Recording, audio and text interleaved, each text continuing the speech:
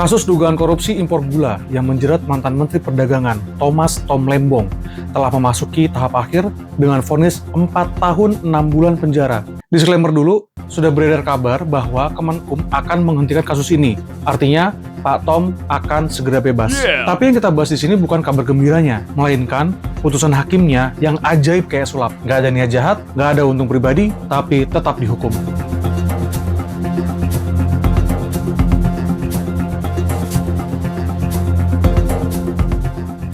Putusan ini mengundang kontroversi yang luar biasa. Bayangin, seorang menteri ambil keputusan demi pasokan gula nasional. Gak makan duit sepeser pun, tapi tetap dianggap bersalah karena merugikan negara. Pertanyaannya, kalau semua keputusan yang berujung rugi dianggap korupsi, menteri mana yang masih berani kerja? Atau bikin aturan baru aja deh? Menteri dilarang salah, kalau salah kena pasal. Gimana? Mari kita bahas kenapa keputusan yang salah belum tentu kriminal. Dan kenapa putusan ini bikin banyak pengambil kebijakan di negeri ini tiba-tiba pengen pindah profesi jadi admin spreadsheet. Salah hitung paling dikoreksi, bukan dikriminalisasi.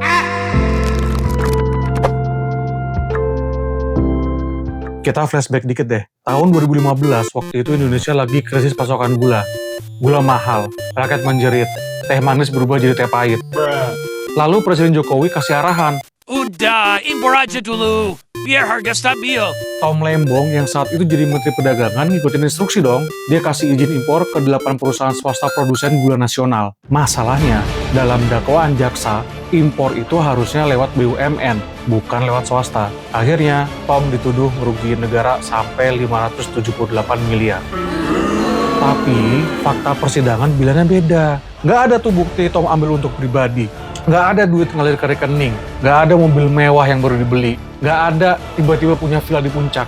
Dia ambil keputusan buat kepentingan publik, biar harga gula nggak makin gila. Ya, secara prosedur mungkin ada yang loncat pagar, nggak lewat jalur BUMN. Tapi apakah itu otomatis korupsi? Disinilah pembelaannya berdiri. Nggak ada niat jahat alias mens rea, jadi lebih ke salah urus birokrasi. Bukan skenario korupsi macam pejabat yang tiba-tiba punya tambang emas di Papua. Ini kayak niatnya mau nyelamatin rumah dari kebakaran, tapi malah didakwa karena ngerusak pintu tetangga pas nyari selang. Kalau begini dibilang korupsi, nanti tiap kepala dinas yang salah ketik surat bisa ditangkap KPK. Tapi kalau salah ketik rekening pribadi sih, boleh ya?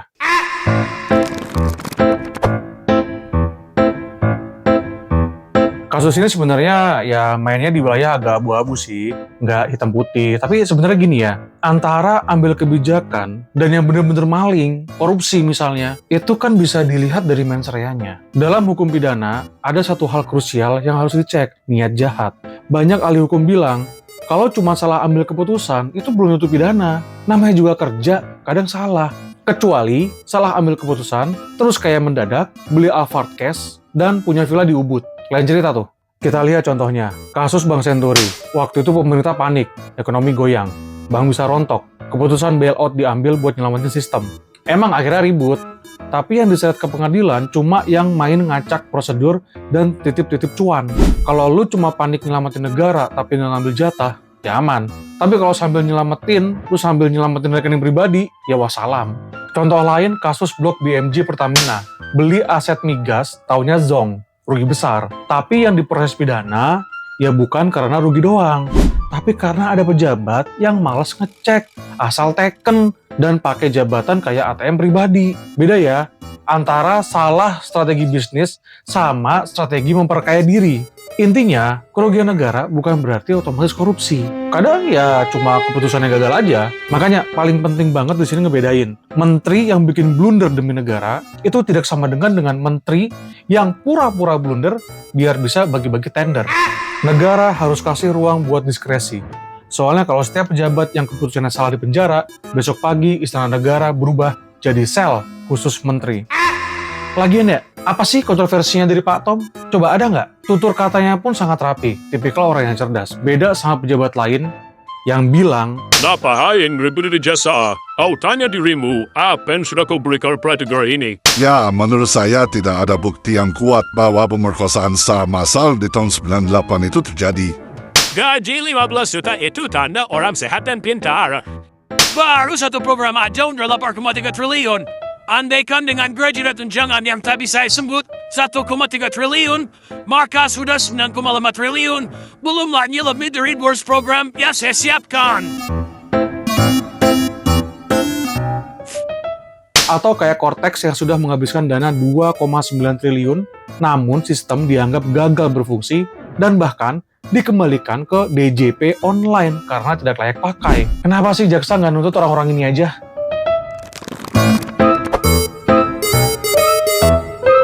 Nah, bisa nggak sih hal kayak gini kejadian di perusahaan?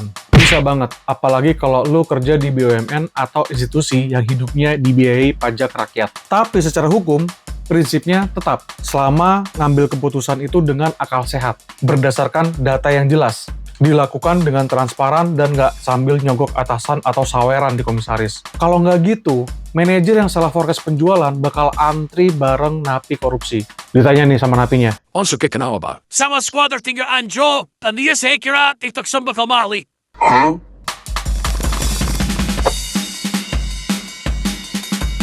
yang penting ketika mengambil keputusan, nggak ngambil jatah dari keputusan itu sendiri. Sebagai pengambil keputusan, kita harus ngerti bagaimana aturan main sebelum main. Jangan remehkan proses administratif. Cuma tanda-tangan ko. Itu adalah kalimat terakhir sebelum masuk berita kriminal. Itu yang pertama. Yang kedua, setiap keputusan penting didokumentasikan. Biar kalau nanti ditanya, jawabannya bukan. Kayaknya waktu itu kita diskusi di coffee shop ya. Yang ketiga, kalau lagi ngurus tender dan pemenangnya saudara ipar sendiri yang baru buka PT minggu lalu, siap-siap dipanggil BPK. Karena kalau yang diuntungkan keluarga, yang rugi biasanya negara. Yang keempat, keputusan yang bernilai besar sebaiknya konsultasi ke tim legal. Bukan tanya ke grup alumni atau polling di Instagram Story. Yang terakhir, jangan takut tapi juga jangan ngasal. Negara ini butuh pemimpin, bukan penjudi yang berkedok PowerPoint. Wait a minute.